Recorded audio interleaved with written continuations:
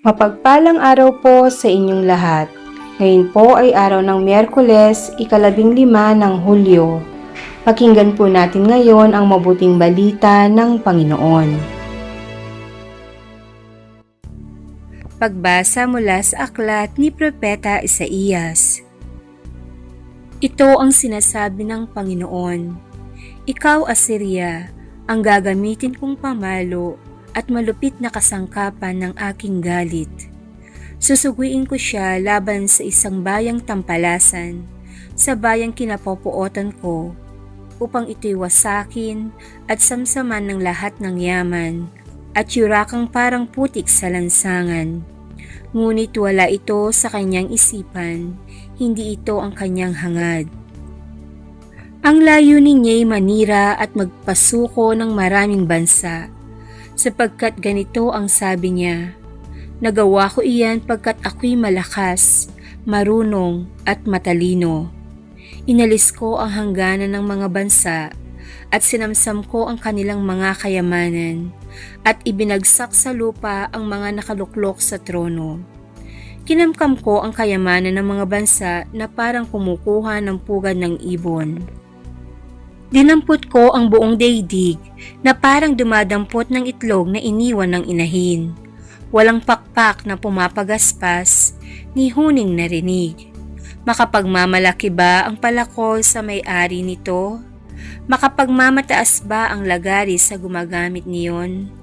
Ang baston pa ba ang magwawasiwas sa may hawak nito? Kaya nga, ang magigiting niyang mandirigma ay pagkakasakitin ng Panginoon, at sa ilalim ng kanilang maringal na kasuotan, mag-aapoy sa init ang kanilang katawan, parang sigang malagablab. Ang Salita ng Diyos. Salamat sa Diyos. Salmong tugunan, ang puoy di tatalikod sa kanyang hirang na lingkod. Yaong mga hinirang mo ay kanilang nililipol, inaapi nila yaong tinuos mo, Panginoon. Ang mga ulila, balot mamamayan ng ibang bansa, pinapatay nila ito at kanilang pinupuksa. Ang puoy di tatalikod sa kanyang hirang na lingkod. Madalas na sinasabi, hindi kami pansin ng Diyos. Hindi kami nakikita ni pansin ng Diyos ni Jacob. Unawain ninyo, bayan, kayong pahat ang isipan, hanggang kailan pa durunong kayong mga taong mangmang. Ang puoy di tatalikod sa kanyang hirang na lingkod. Itong Diyos na lumikha nitong ating mata't tenga, akala ba ninya'y bingi at ni hindi makakita? Sa lahat ng mga bansa, di ba siya ang hahatol?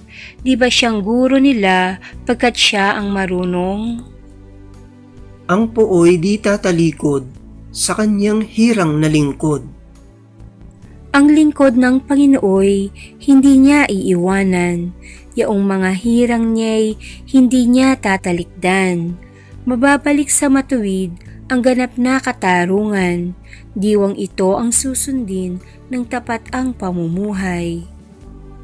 Ang puoy di tatalikod sa kanyang hirang na lingkod.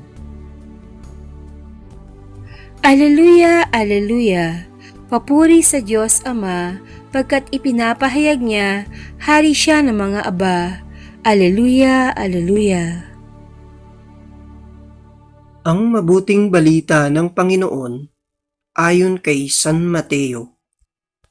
Noong panahong iyon, sinabi ni Jesus, Pinasasalamatan kita, Ama, Panginoon ng langit at lupa, sapagkat inilihim mo ang mga bagay nito sa marurunong at matatalino, at inihayag sa mga may kaloobang tulad ng sa bata. Oo, Ama, sapagkat gayon ang ikinalulugod mo. Ibinigay sa akin ng aking Ama ang lahat ng bagay. Walang nakakakilala sa anak kundi ang Ama, at walang nakakikilala sa Ama kundi ang anak at iyong marapating pagpahayagan ng anak. Ang mabuting balita ng Panginoon. Pinupuri ka namin, Panginoong Hesukristo.